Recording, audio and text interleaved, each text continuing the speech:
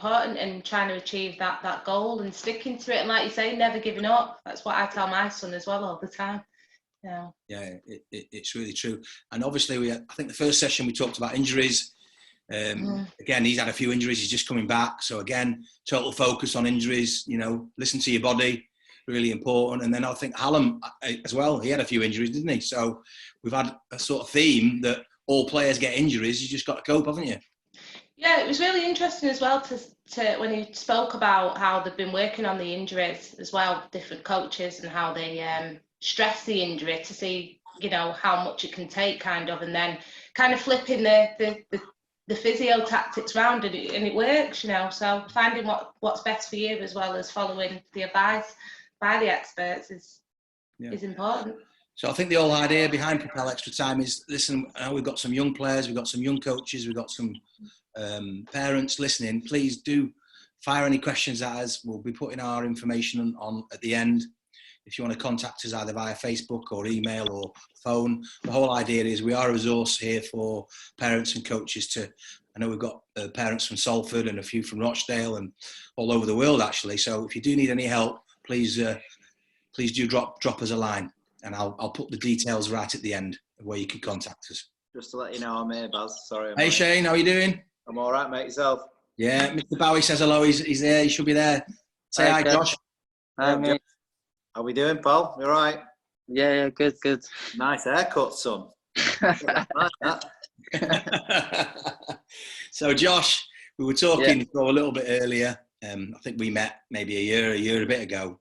Yeah. But obviously, a little bit of your story. You're not a Manchester lad. You came from sort of down south in Brentford, and I think your first club was, you say Afwi?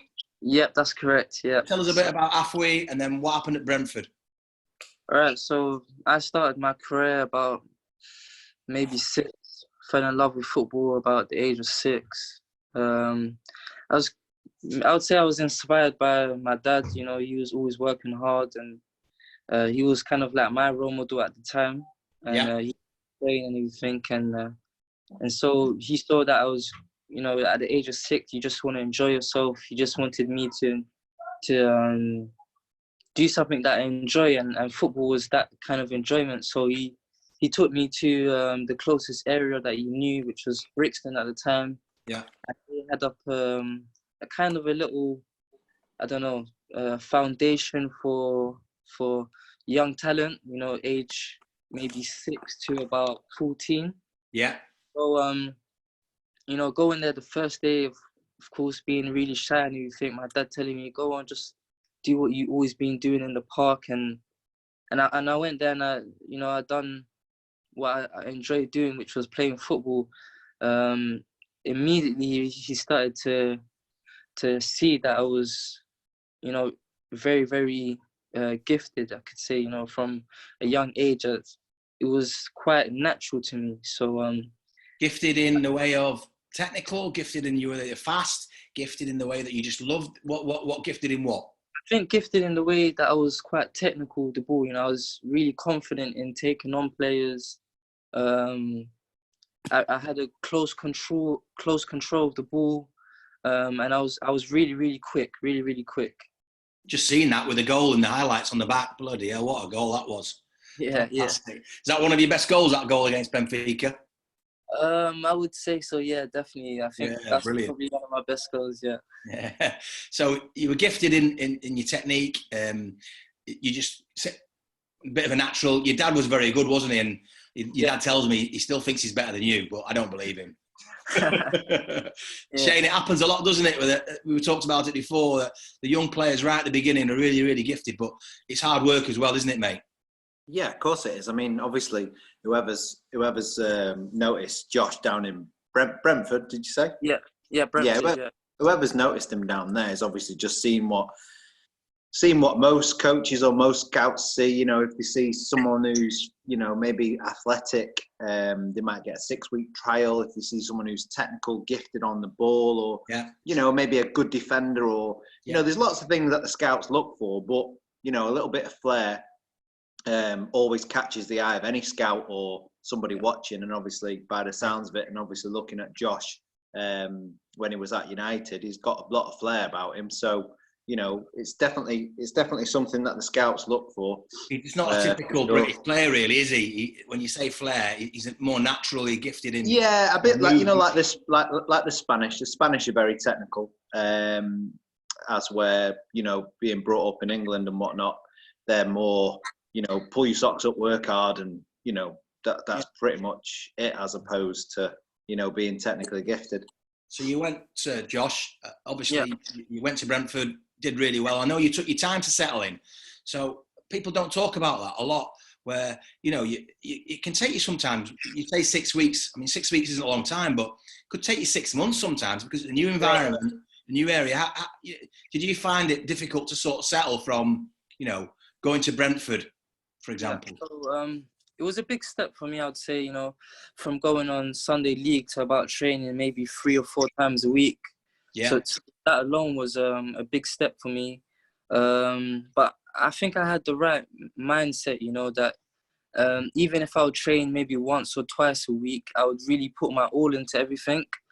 And soon enough, once you get the training sessions in, and you start to adapt to the coaches, adapt to the players around you, you start to feel that that's your home, you know. So at the beginning, Afui was my home, and then I moved to Brentford, or I got signed for Brentford, and it took maybe 6 months also for me to get settled in, really, to get comfortable with the staff, to get comfortable with different players, different backgrounds, and I Chanel, got there. you think, Chanel, you'd think it'd be easy, wouldn't you? But gifted player, absolutely brilliant. But actually, it does take a bit of time, you know, and parents listening probably think, well, why, you know, 1 game's enough. But it's not sometimes, is it, Chanel? No, definitely not. I mean, there's one thing being the player, but it's all the other elements, like trying to fit in socially, getting, like he's saying there, he's pointing out, fitting in with the staff, getting to know, building rapport with people, finding who you can trust, and finding where you fit as well. And that does take time. It's not something that you can just go and do 1 game and get, is it? Happens a bit as well, Shane, don't you think, with... You like some coaches, and some coaches like flair players, and some coaches like you know, to get stuck in and do the simple things, don't they?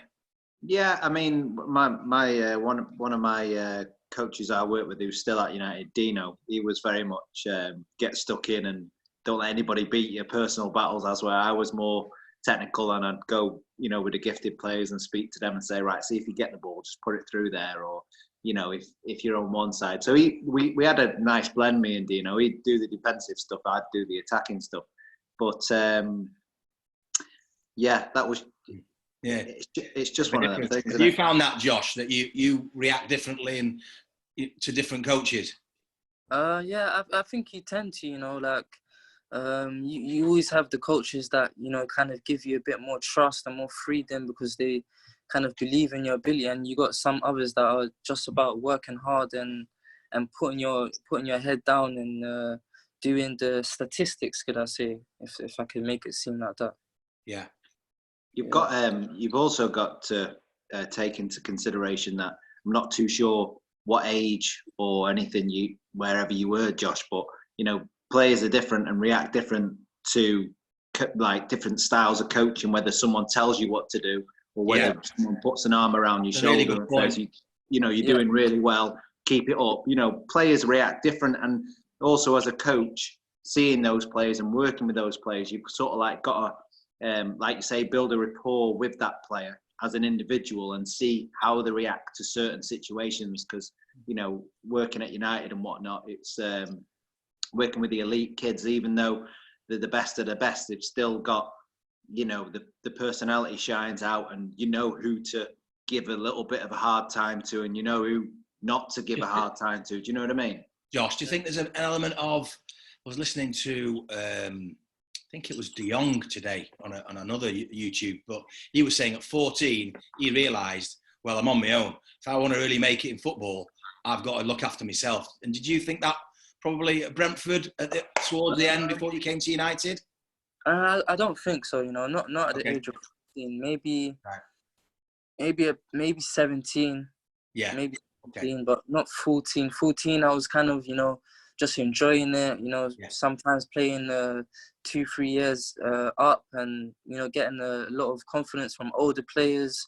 And he was also, at Ajax, so you were at Brentford, so it might have been a little bit less pressure. He's at Ajax, but the pressure ramps up when you get to United, doesn't it?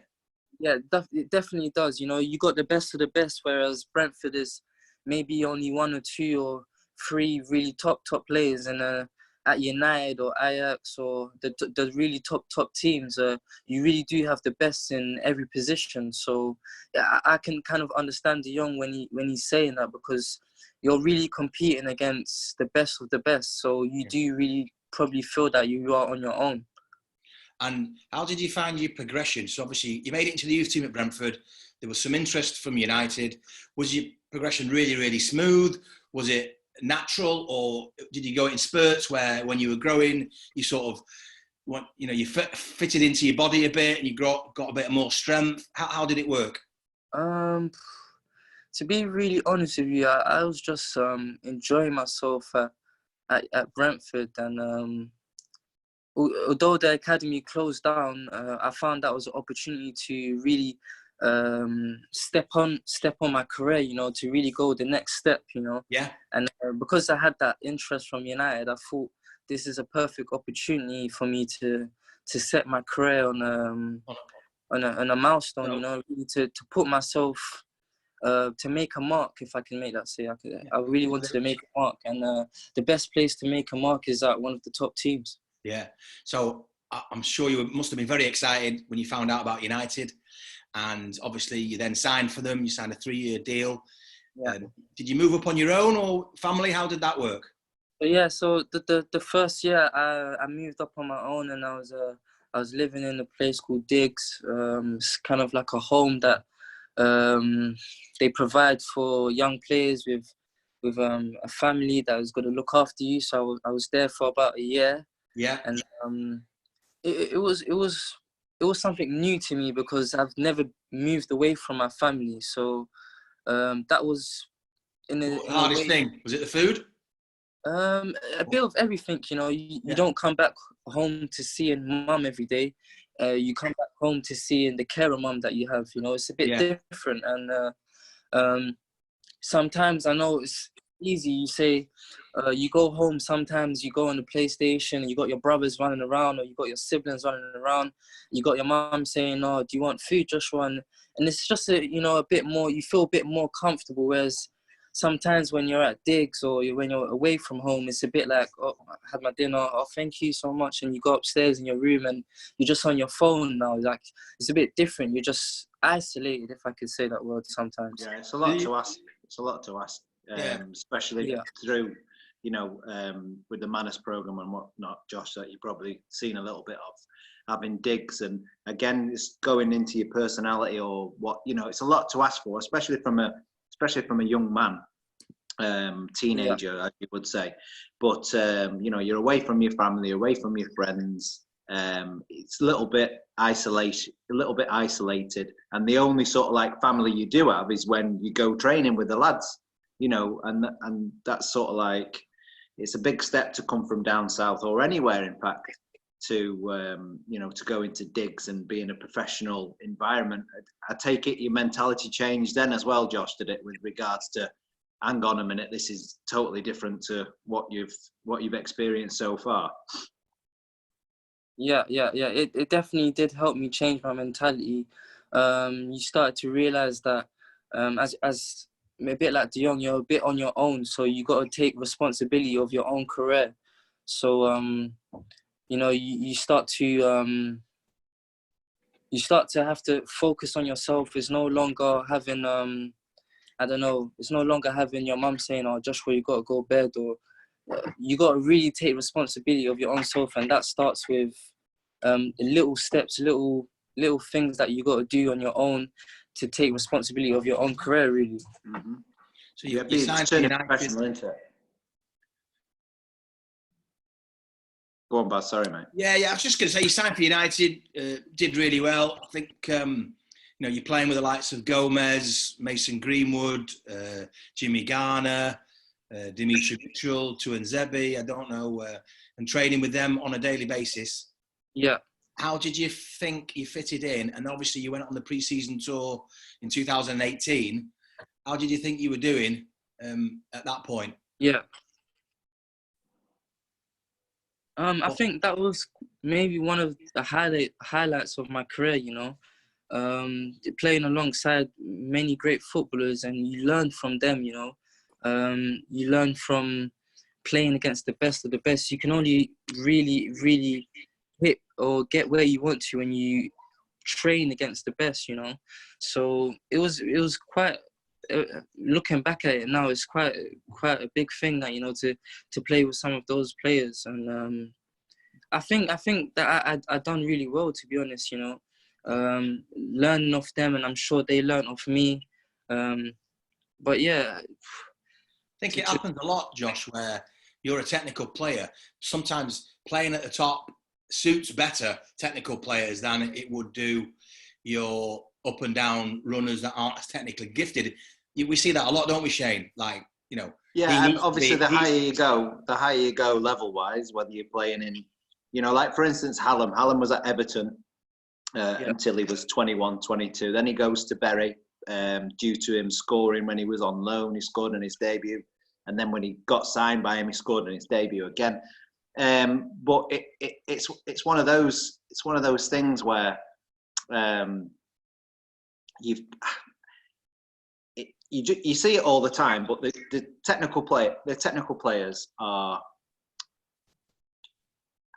I don't know how to put it. It's the right platform for him to produce his skill. Yeah. I'm not saying that obviously the lower ability-wise can't handle it at that level. However, you do need some sort of technical aspect. The higher you go, the more technical you need to be. Do you know what I mean? I'm not saying that your workhorses won't be able to survive there, but what you tend to find is the lesser able are like midfield generals or right backs or centre halves. The ones that do the basics. And you know, you look at some of the some great players at Man United. Sylvester, who played on the left, now he had a wand of a left foot and could switch play for fun. But he had everything else where you'd look next to him. Wes Brown was win it, get it, and just give it to the midfield, and that's what he was really good at: winning the ball and passing to midfield. So I suppose it does have a little bit of a Josh. So you've done really well. You've come back pre-season. You've been offered another deal. I think got a little bit frustrated maybe with you didn't get any appearance over that pre-season tour in America, I think it was. Yeah. You've come back. They've offered you a new deal, and you've said no. So talk us through that. Well, so I said no because not because I wasn't good enough, but I think mainly at that moment I had the wrong advice given to me. And it's really important, and now going through that, I understand how important it is to make sure you have the right advice around you. So one of the decisions I made, not that I regret it, because, you know, everything happens for a reason. I believe that God allowed it to happen, but one of the things that maybe if I could have gone back in time, I would have maybe taken my time and made sure I get good advice from the right team around me, and based on everyone around me making a true decision together, instead of just listening to one person saying, don't take that contract, I can get you something better. And sometimes that's the problem with many young players, you know. I believe that they do believe in themselves, and they hear a bit of good news, they hear a bit of something to give them a bit of hope. They kind of forget everything they've done to get to that, if that makes sense. So sometimes you're in a bit of a bubble, you believe all the hype rather than listening. At Chanel, you'll probably be very interested in this, because how many times have we heard this now from, you know, players and people, saying, I got the wrong advice, you know, I didn't take my time, I didn't have the right team around me. I mean, you know, it's a theme, isn't it, Chanel? It definitely is a theme that's coming through, and obviously that's the whole point of this. Hopefully we can establish something where we can implement a place where people can come and get guidance and support before they make certain decisions. But I can see, if somebody's there and it's somebody you built a bit of the trust with, and they're saying all this, and you've got this opportunity, you probably are going to be inclined to kind of go with what they're saying, and probably. It's really important, that, Josh. It's a good point, but you're not on your own, because I mean, there's thousands of players that are making wrong decisions. But I think one thing I've learned with you is one door shuts, another one opens, and that's your mindset is right. Okay, I've made my decision. That's gone on. I think we'll talk about that maybe in another session, if that's all right with you, Josh, about the of the contract and what happened, because it's it is quite personal to you. But I think the message I want to try and get across today to obviously everyone that's listening is be resilient. Your rise is great, but you do need the right sort of people around you. But the intricacies of a contract, and maybe we can get, you've met Chris, haven't you, our lawyer? Maybe we can get Chris in to talk about, well, it should have taken that up, or giving yourself a bit more time. So these contracts, Shane, tend to be right at the last minute. And I think what we've learned as well, Josh, was you do need to take your time. Exactly. This should be done in December, not in May. Is that right? Yeah, that's exactly right. So, sometimes getting the wrong advice, it lends you to just depend on that person. Whereas you've got when you have a right team around you, you're all working as a team instead of depending on just that one person. So when you got a team around you, when you got a team around you, it's more like you communicate more instead of just leave it down to me and I'll take care of it, Josh. But even if you've got opposite opinions, which your mum might have an opposite opinion to you, your dad might say something different to me, I might say something as your representative, Shane might say something technically, no, you're better going away from Man United, going to Benfica, for example. But it's good to have all that in the pot and then think about it, isn't it, and discuss it. Is that right, Shane? I was just going to touch then just on, the different approach that we take at Propel is obviously more a holistical side, and actually caring about Josh and who he is, what he's about, and obviously putting his concerns and ours and giving realistic advice. It's not like, I'm sure Josh has had it where he's had other agents or other people that have represented him where they'll say, oh, we'll do this for you, we'll do that. As where at Propel, we're much, what we say is what you're going to get type thing. Josh, am I right? How many times, just give an example, how many times did we meet before we actually had a really discussion about money or contracts or anything? Can you remember? I'll say at least maybe 5 to 6 times in person.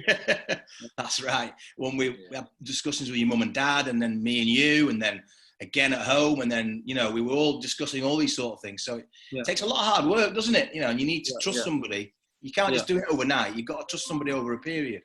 Yeah, exactly. Good. So it didn't quite work out, United. One door shuts, another one opens. And then tell me, how quickly was it this time last year?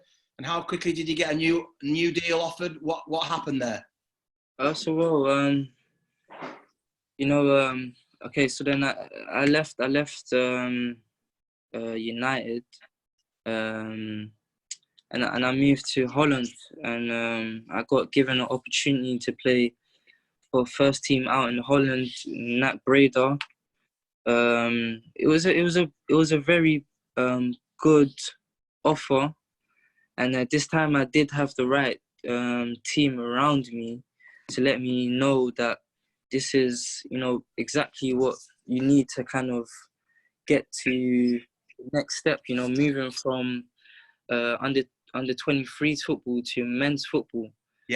And so having the right advice this time, I went to visit there. I went to see if that would suit me and everything. And I moved forward with that deal because I believe that was initially the right deal for me at the time. To help me, get back on my feet and doing the thing that I once enjoyed when I was just a 6-year-old. Yeah, I Did think. you Go on, Charles. experience? Sorry, did you, Josh? Did you experience any of the same feelings that you had when you went to digs, like that whole trying to fit in, feeling a bit isolated, or not? Did you? I think I was a bit more mature now because I had been through it for about a year, and then of course my family did eventually join me after after the following year, sorry. And it did maybe take me about, I'll say, 4 months, not also including that I kind of got injured in the first month of pre-season or so. So that was quite unfortunate. But it did take me about 4 months to settle in, get used to everything. And even though I was a bit more mature, it still takes a bit of time. So I guess as you get older, you get more experience, and then maybe you can adjust much more quickly. But it still did take me quite some time, maybe 4 months to settle in, get to know everyone's names, get to know a bit of the language, because you can imagine it's a completely different language. Yeah, language barrier thing, isn't it? Massive thing, Yeah. language barrier. Well, I think Josh takes one lesson a week, and he's one of the only foreign players that does it, and he makes an effort, and it does make a difference, Yeah. Doesn't it, Josh? Yeah, definitely makes a difference. If they see that you're trying and that you're adapting to learning the language, it's much more easier, and they can even, come and ask you, or do you need help with anything? And it's really encouraging. Good. Shane, how many times have we seen it where got a lad coming through, signed his first pro, does he stay on and then maybe not go to the 23s, have a few more games, but doesn't go out on loan like Hallam, wanted to go out to loan earlier. And the same with Josh, it's quite easy for him to sit in the 23s, do well, but big difference between 23s and playing pro, isn't there, Shane?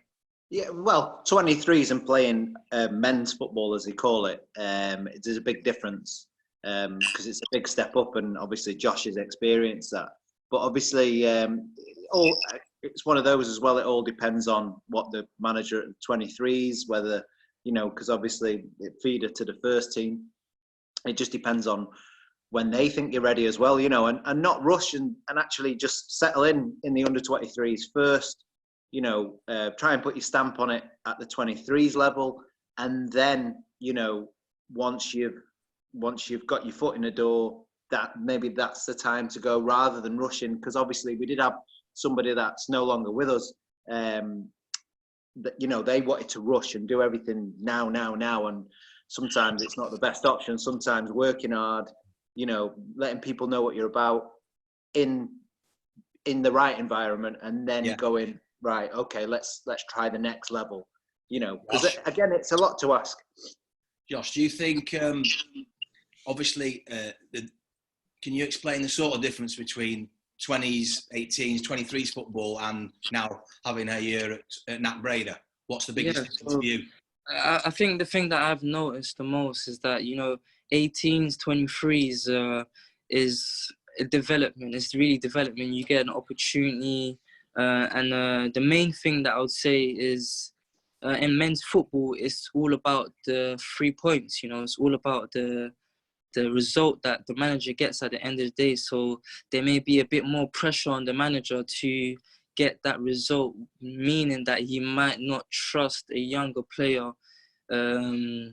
giving him an opportunity as maybe an under 18 coach or under 23 coach, where the pressure's not so high. So I think that's the main thing that I've picked up on the first year. I know it's still early and everything, but I think that's the thing that I've picked up on the most, that it's really all about the 3 points. How can you help the team get the 3 points? And of course, when you're a young player, you still want to develop, but it's mainly about we have to win this individual game, and then you move on to the next game, and it's about moving up the league. So it's really based on the result at the end of the day, whereas under 18s, under 23s, it may be based on you developing, and maybe you lose 4-0 in under 23 games.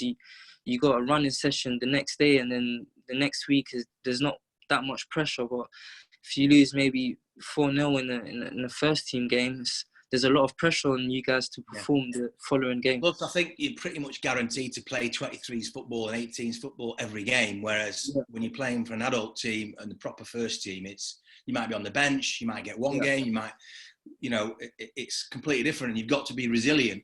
And obviously, I think also, really brave move, by the way, to do what you've done, but maybe you take one step backwards to go 4 steps forwards, because a lot of people wouldn't have done that, and you're looking long term, and I think that's really important. Too many players look short term, don't look long term. Would you agree with that?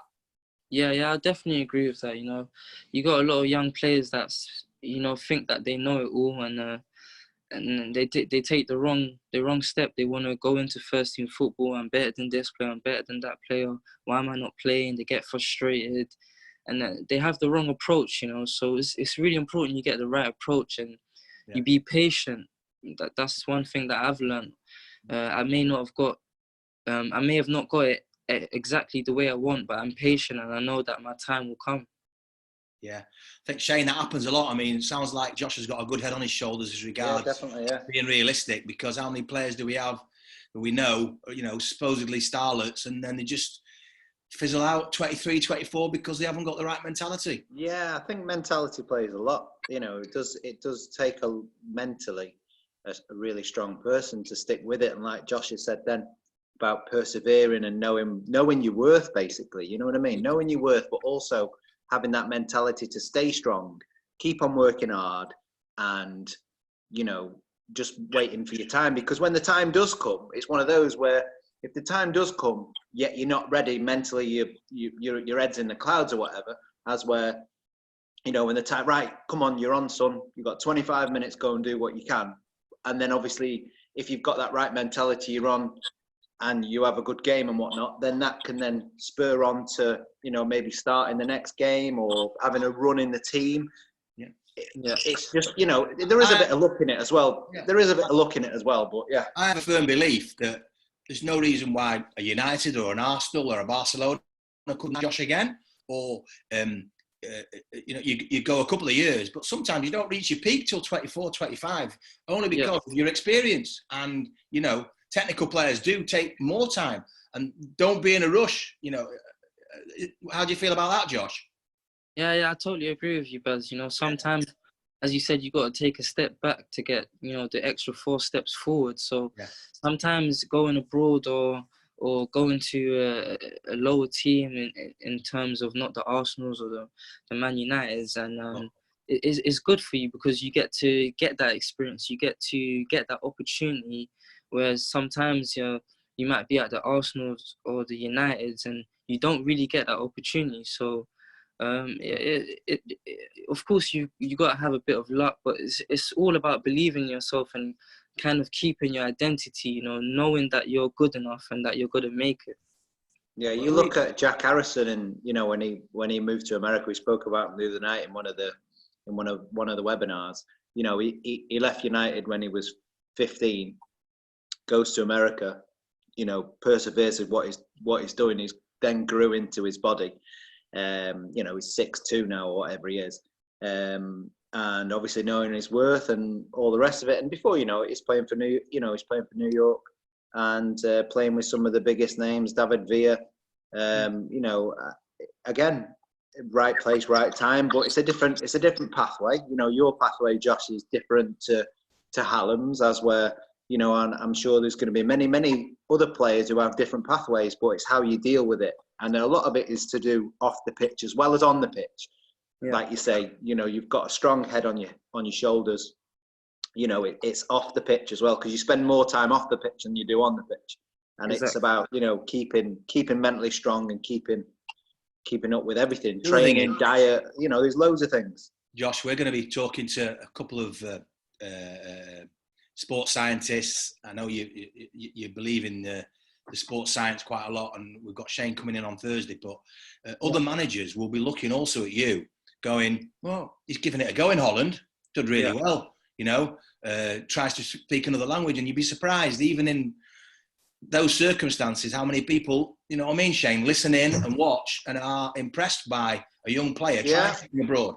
I think that the whole ethos behind what he's doing, trying things, speaking a different language. I don't think it, I think no matter what industry you come from, never mind just football, if you go to another country for work-wise or whatever, if you're putting in the effort, trying hard, I think anybody would see it, regardless of being football, if he was in medicine or, sales or whatever industry, as long as you're trying, it does get noticed, and it does get noticed by other people.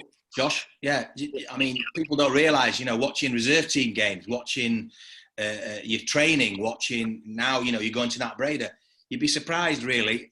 It's true, isn't it, how many players and people are watching, managers are watching as well. Yeah, exactly, yeah, yes. You never know who's watching. That's one of the terms in football. You just never know who's watching. Got one question from Richard. Richard Tratz. Hi, Rich. How are you doing?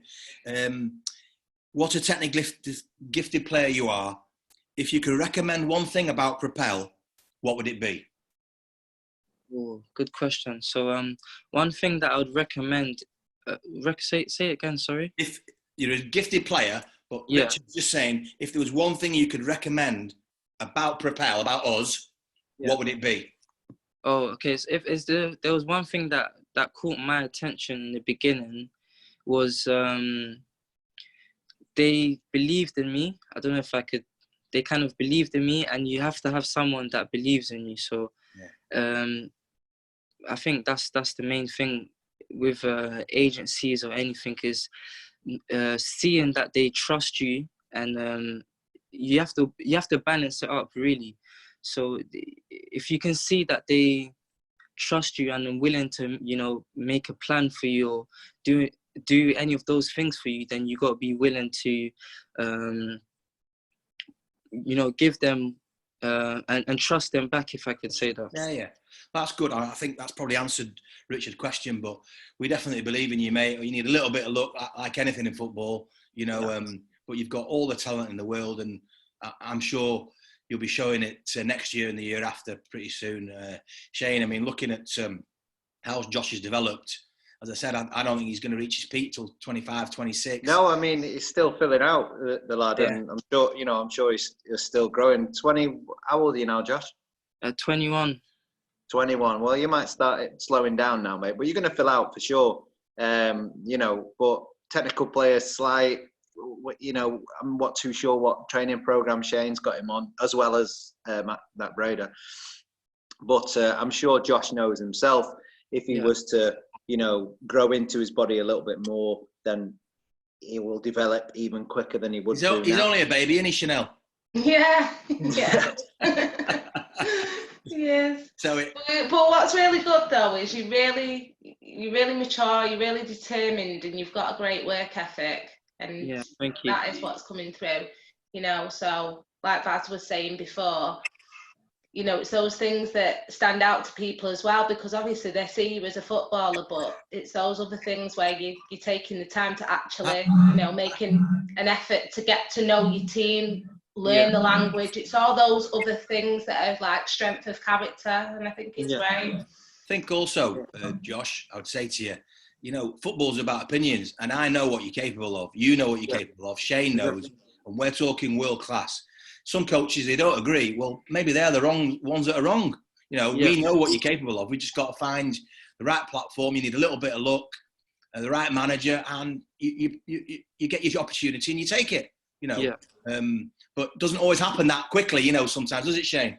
No. But I think going off what Richard asked as well before, I think what I've noticed in the webinars, and obviously you don't get to speak to all the players as frequent as we are, but like, for instance, Hallam, Kelvin, obviously Josh, and there'll be more players that come in. They're really similar as to us about the work ethic, about being level-headed and down to earth and realistic. I think that's something that we try and come across, Josh, is we're a little bit more realistic. We're not going to blow smoke up your arse, excuse my French, on Facebook. We're not going to blow smoke up your arse and go, we'll do this, we'll do that. I think, from Propel's side, we're just realistic and more bothered about. Josh, I mean, we had a conversation. Didn't we, Josh, about don't know, probably 6 weeks ago. And we've had several conversations with different coaches. And I've actually said, well, I'm not sure I agree with that. I think you're better than that, Josh. Or I think, isn't it, Josh? We've had that conversation. Yeah. About 6 months ago, you told me exactly what was going to happen. So it just shows how well you really do look into the player. Like you really look into the player and say, this is going to happen, that's going to happen, and although it was your opinion, everything came true. So I was saying to myself, I don't believe you guys, and exactly what you said kind of came true. So it just goes to show how well you look into the players, and you really do support the players. So yeah, we'll continue to do that, and we love you, and we absolutely believe in you. So there's no issues with that. You just need a little bit of luck, and that's all right. So. One thing that I've got another question before we talk about your favourite five-a-side team. Yeah. The biggest difference between just youth football and then going to NAC Breda, what would you, as a youth to a professional, what do you think is the biggest difference? The biggest difference is got to be that end result. Going back to it, just. That's the biggest difference between youth football and men's football. Is all about the 3 points at the end of the day. Okay. Not that it's not about the 3 points in under 23s, but it's more severe in the first teams. Would you say it's like intense, Josh? Like the intensity is different? Yeah, the intensity is much higher, of course, and you're playing in front of a crowd, so sometimes you could even get booed, or you could even, but it's learning how to adapt to that and how to block out everything else while you're on the pitch. Yeah, blocking out the noise is a big one, isn't it? Exactly. You haven't been over to NAC, Shane, but not yet. But Josh will tell you, how crazy are the fans out there? How brilliant are they in the club? Yeah. Brilliant club, isn't it? They're unbelievable. The fans is what sometimes just makes you want to play. You just the support that they give you is unbelievable. Really, really unbelievable. You're a bit of a film star in Breda when you walk around, are you, with that tracksuit on? Nah. I don't believe you. Every time we go for a steak, you always seem to be getting accosted and photographs and autographs. It's great. It's great to see. Yeah. So go on then. Tell me, if you had a five-a-side team, you've played with some great players. Who's going to be your five-a-side team? Who's on your team? Does it have to be players that I've played with? No, just your five-a-side team. No, it doesn't have to be players that you played with.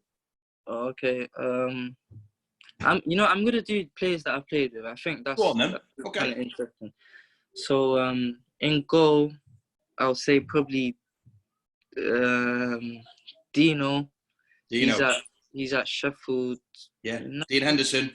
Yeah, Dino. So yeah, Dean okay. Henderson, top goalkeeper, can play with his feet. I was really quite amazed with some of the things that he could do. Would you think he's got a good chance to take over from De Gea? Yeah, I really do think he's got a good chance. Yeah, he's young and he's unbelievable. Some of the stuff he does in training is really remarkable. Yeah. I mean, he's changed a lot. His body as well, hasn't it? Over the last few years. Yeah, definitely. Yeah. Unbelievable changes in his physique. Okay, so you got your goalkeeper.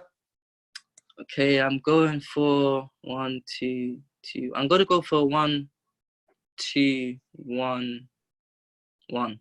Okay. So 2 defenders. At the time, I really liked Dimitri Mitchell. So Demi, liked him. He's fast. He got kind of converted into like a left back. Yeah, that's right. Because he used to play left wing, didn't he? Yeah, that's correct. So he used to play left wing and he got converted. So I like his style of play. He's really attacking and he's really fast and he's very strong and everything. So yeah. Demi Mitchell. Okay, that's probably left side. What about right side at the back? Right side at the back, I'm going for. Can it be someone that I played against? Yeah, definitely. I'm gonna go for Reece James. Reece James, okay. Yeah, cool. I played against him maybe 2 or 3 times. Really difficult to beat. Strong, isn't he? Yeah, very strong. he's quite agile as well. It was quite remarkable. I thought I could twist him up a bit, knowing that he's quite big, but he was really quite agile and yeah, he was a top player. So I'm putting him in my team.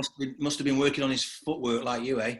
Yeah, definitely. Yeah. I think his sister's at United, isn't she? I'm not sure. I'm not sure. I think it's Lauren's at United, and she's ripped it up front. Actually, she's a fantastic player. Is that right, Shane? I think Lauren, isn't she? Not too sure, mate. Wouldn't be able to tell you that one. Yeah, I think she's a women's United. Okay, so you got Dimitri, Reese, and Dino in goal. Then you've got two more, or one who's you want and who's you want. The one that I would pick in the midfield, although he didn't really reach his peak, would probably be DJ. Yeah, he's really, really talented. DJ Buffon. Yeah, DJ. Yeah, really, really talented. A bit similar situation to me, got the wrong advice and he's left United also, but he was really, really, really top player and someone that I always look forward to playing with when he was at United. Yeah. Where's DJ now? I've forgotten actually. He's gone to Italy. He's in Spezia. I think they're in Serie B. Serie B, yeah. I remember DJ. We'll have to give him a call, eh, Josh? Yeah. And then up front, who? Lastly, it's got to be myself, really. Yeah. Okay. Right. If you had a sub or two subs, who would you have? Probably if I had a sub, maybe Taif Chong and probably Mason Greenwood. Okay. Yeah. Taif Chong and Mason Greenwood. Brilliant. Love that seven. What do you reckon, Chanel? Impressive. we put our five-a-side team today, and I think we beat that. It's debatable. That's brilliant. I've got a couple more questions coming through. Brentford. Yeah. If you had a chance to go back to Brentford at the end of your career, would you go to Brentford? Yeah, I think so. Yeah, they got a new stadium going there, so quite be enjoyable to go back there. Yeah, I think I would. Yeah. Anyone from you, Shane? No, just obviously we do the 3-year plan, 5-year plan. Where do you see yourself in 2 years, Josh? 2 years time, I want to be a bit more advanced in, of course, my body shape. Although it's going to come naturally, I'm working on it, of course, and I want to be, predominantly in a good league. Whether that's Syria, Premier League, La Liga, a team in a top, not a top, a team, not so much a top team, but a team in a top league, and playing week in, week out. So yeah. I like that, week in, week out. Yeah. That's really important because you've got to keep grounded. You've got to aim for the top, but at the same time, getting football week in, week out is really important, especially for young lads. I mean, how many times has that happened, Josh? You hear them, I'm going to do this, I'm going to do that. But actually, they're not playing regular games. And I really believe in getting regular adult football is the pathway. Yeah, that's the most important, I would say, yeah. Not for everybody, because you've got to do it at the right time. But generally, if you've got league games, it's going to get you another contract somewhere else and another contract somewhere else. How have you found that, Shane, with some of the Liverpool United lads, young, they leave and now all of a sudden they haven't been anywhere else and they're out of the game at 23? Yeah, I mean, it's one of those, isn't it? When you're at United, obviously Josh chose not to accept the contract and move on elsewhere.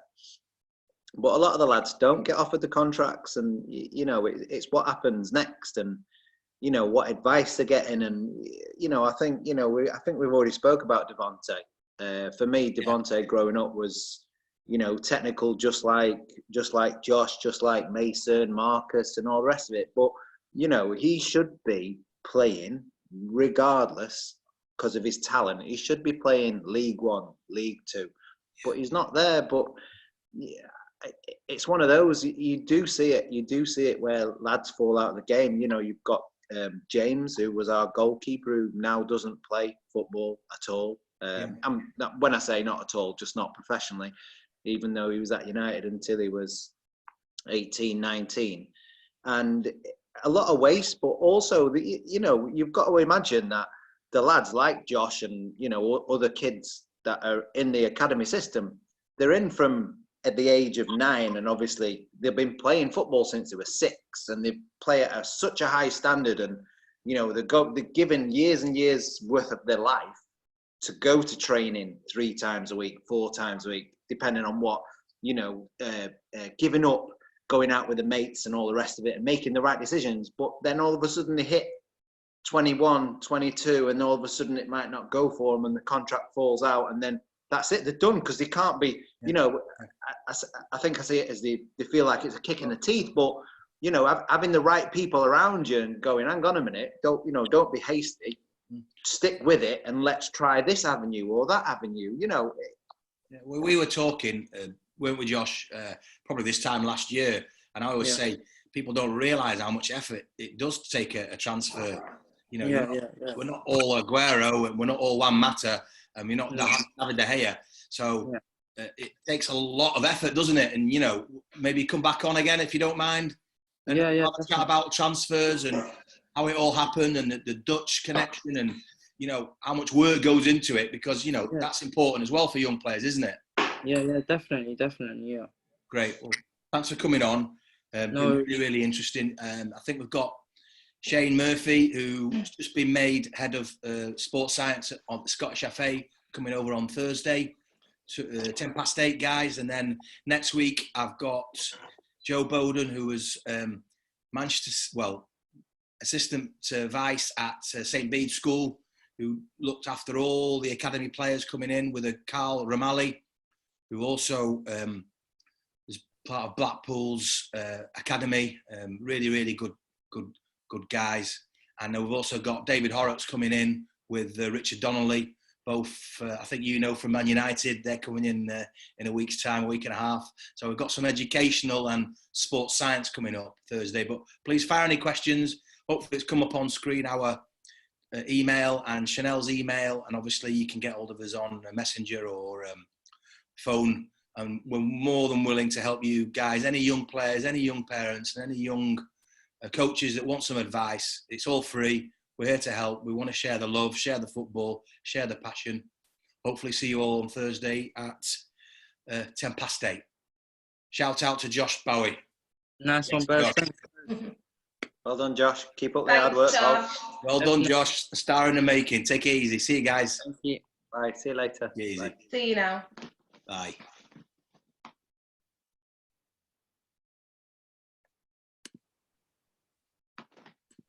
Just gonna go off. Should have stopped on live. Well done, Josh.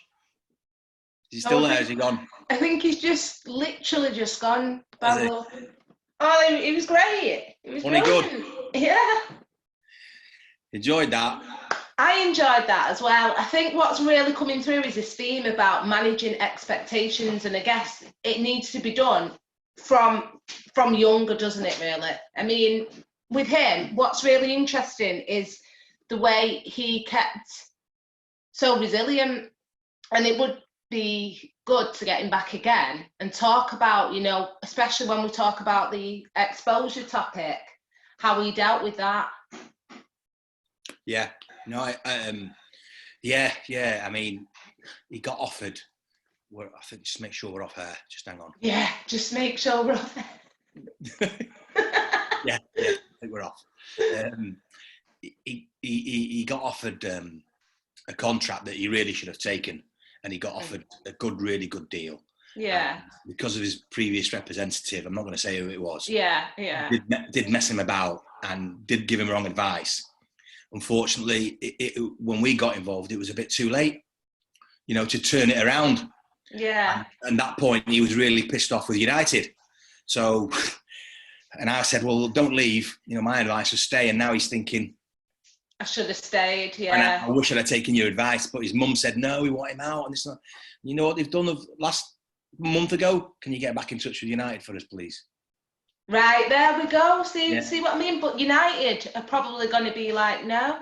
No, they're not. Yeah, they are. Unless they are like that, aren't they? Come on, Basil. Like, and I love them as well. I support them, but they are a bit like, you turn your back on us kind of thing. Because we've been through it as well, but at the younger level. But that's just how they are, because they can get another Josh, can't they? Realistically, that's But how. as long as he doesn't leave on bad footings. Bad terms, yeah. And he's got the problem is now they bought him in as a number 9 sort of left winger.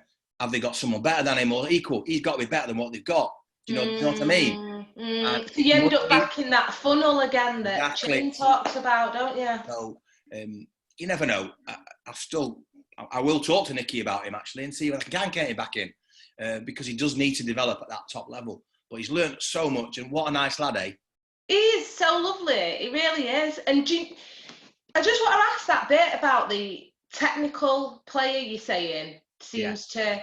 Would you say because they're technically gifted and they're used to being put under pressure to do those techniques, that's why they seem to perform better at a high pressure environment?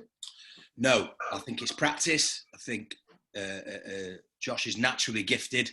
If you have a look at there's nothing on him. He's only 70 kilos. He's not, there's nothing to him at all. It's slight, yeah, and he's very tall, slight. yeah. So he needs that, and that's just genes and natural stuff. What he has done, he practices a lot.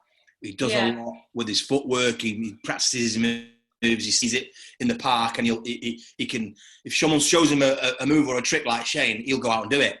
Yeah. He won't give up. He's not a giver-upper, is he, basically? No, he's not. He's got a good work ethic. He's got a good work ethic, and he'll just carry on and carry on and carry on. And that seems coming through the last three, through the last 3 ones that we've had. Okay, Kelvin, he had his bit of a time, but they're all quite level-headed. They're all very determined. They're very, sure of what they need to do. Josh and Kelvin and Hallam do not allow distractions. And like girls and all that stuff. What's good as well about Josh is the money. Like, we need to talk eventually at some point with someone where is the money a massive factor? Because it seems like it to me. I touched on that, but I want today, because I'm trying to get Josh a loan move as well, actually. Yeah, it's not, yeah. I didn't want to talk about money because he got a lot of money. And he's on really good money there. But I can talk about that another time. When we talk about contracts, he was offered, a lot of dough 12 months ago, and he should have took it. But yeah, we will. And the other thing is, there's a time and a place, like in any relationship. This is the first time. It's a good life skill for Josh. He came across really well. He was really relaxed. I thought he'd be nervous talking, and he'll have enjoyed it, hopefully.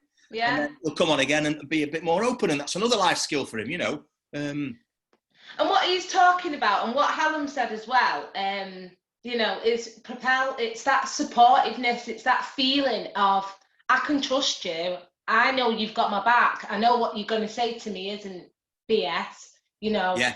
It's that realistic managing of expectations, and that's part of what this ethos is, isn't it? Basically, it's, being clear. I think it came through loud and clear with Hallam, and it came through really loud and clear with Josh, didn't it? He's like all over us, wasn't he? And how he trusts what we do, and it's great. It's good for us because actually, when it comes back to September and we launch, we want to help people. We're going to have all these. They've seen all the players, spoken all about stuff, and then they're going to trust us to come to us and have a chat. Definitely. I mean, even Dev's right on this now, saying, because he's got that good relationship with you and Shane, he's more than happy to go there. Okay. But I guess sometimes you have to have, like what you said before, Josh, sometimes you have to go through these experiences, don't you? And I guess it's part of being younger, and if you've got someone around you you think that you can trust, and they're saying, oh yeah, and then the money sounds even good as well, we need to, ideally, I mean, you can't sign anybody till 17, Chanel, but we need to be getting hold of these kids at 11 to 14, and developing the relationship with them and the parents so that they don't make these mistakes. Does that make sense? Definitely, because as I was sat listening to it all I kept thinking was, De Mayo's at that age now where I think that it's a perfect age where you have to be managing their expectations, but what doesn't help, it's these clubs. Like they're saying to little boys, "Oh, we'll see you in the first team," and they're the ones that are actually propelling them. And I'm not saying it's a bad thing putting somebody on a pedestal. If people have got us to say no, they're just doing that to keep you, get you there. Yeah, to get you there and keep your education going, keep your clubs going, keep we can go and watch them. I can send my scouts to go and watch and give them. Yeah. Well, he's all right, but he's not that good. You know what I mean? So yeah. And that's how sometimes listening to bad news is what people really need to hear. It's the only way that you can learn, isn't it? You can only grow when it's called constructive criticism. We all don't like to take like negative feedback, but it's the only way that you can grow. And having that self-awareness. If you've got people around you because you're scoring goals all the time and they're saying yeah, you're the best thing, but really you're not an intelligent player, you're not putting yourself in the right places, no. Off ball, then it's those things that then need to be highlighted. But I'm learning a lot from this, hearing from the other players' perspectives. Well, if you're now I know that for Di Maio, there was way too much pressure too young, and really he should just be enjoying himself, and it's not really serious until he's about 17. But you're going to be the same as 90% of the mums out there and dads. Yeah. And even though you've got a football background and you love it, but Josh's mum had too much influence on him, and he probably made the wrong decision. But he knows that now, and that's fine. Yeah, but if we can get hold of some of these a little bit younger, it doesn't have to be us, but a good agency gets hold of some of the younger players to establish this relationship. That's really important, and these messages are going to, if we're consistent with all these messages, we keep bringing it up. Like Thursday, it's going to be sports science. Next week, it's education. Then we'll do one on transfers and contracts and money and all that over the coming week. And we're getting a bit of a following here, I mean, I've had here on Facebook today, God, so many people love it. Well done. Outstanding work. Comments that, I know, it's just great. It's great feedback, and that's exactly like what we need. Also, it also sounds good, like for Propel as a company. More players are probably and more people are probably gonna come to you because they know that they can. It's that transparency. I wanted to highlight it before, but I didn't want to say too much. But it's that, isn't it? That's what as we do a few more, you'll get more confident and you'll start to talk more like sports science. It's good, and that's right. It is good for us, but at the same time, transparency is massive. You wouldn't have done this if you didn't trust me and I didn't trust you, and then and we have to then be able to communicate that to other parents, and we will hit on a Mason Greenwood and we will hit on a Scott McTominay or a Devante Redmond, but the idea was everybody needs a bit of help. Some will need that much help, others will need an absolute bucket load of help. But then if there's a star, we'll get, we get Marcus Rashford, we'll get him to come on here and help with all these, parents, because they need help as well. Yeah, definitely, to understand from all the players are sounding like they've had really good kind of networks with them, family networks around them, and people that they can That's the thing go as well. to. Yeah. Well, not everybody's got that. It'd be really interesting to get a player who's not had it, but what I'm picking up more than ever, it's the determination, Baz. It's the difference between, are you going to be successful or are you not? Are you going to, we can all have bad experiences in our life or good experience, have, the perfect family around us. But if we've not got that desire within us, then you ain't going to get there, are you? Sometimes you have to take the knockback to come back. It's not just football. You know it in your job. You lose your job and you go again. You get really upset and then you go for another job. And then the same in football. Doesn't matter. You fail in business. You lose one business, but you start again. And that's that life skill. You've got to have that determination, that resilience. And if you get knocked back at football, well, okay, so what? Open up another career. Do something different. Yeah. And, you're not on your own. You think the whole world's caving in. Well, it's not. Definitely, and this whole, it's almost like you going back to like the basics of like in psychology, the nature thing again, isn't it? Like all these things will influence your decision making. But that's where this service is needed, because someone might have that environment, but they've not got that nature around them. No, they haven't. So let's see. Seems like we're getting a right response. I'm going to check the comments now again. We'll do on Thursday. Obviously, keep it up. Keep getting different people coming up. If you can get Dev, let me know. I'll. Do you know what I was going to say to you? Him. Can I send you his number and then? I've got Dev's number, but ask him. Just say. Yeah, I will do. Can I get Baz to call you to discuss coming on and see what he says? Yeah. He needs help as well, Chanel. He does need help, you know. Well, yeah, of course he does. And he's not going to talk to me about it, but he'll tell you. Just say, can Baz call you and see what he says? All right. Yeah, he'll be well up for it. All right, well, you take it easy and well done. I'll see you Wednesday and you well done. Speak to you Wednesday and then we'll have, speak to you Thursday beforehand like we normally do. Yeah, no, all right then, Basil. Take care. Bye. Bye-bye now, night. Bye-bye. See you later.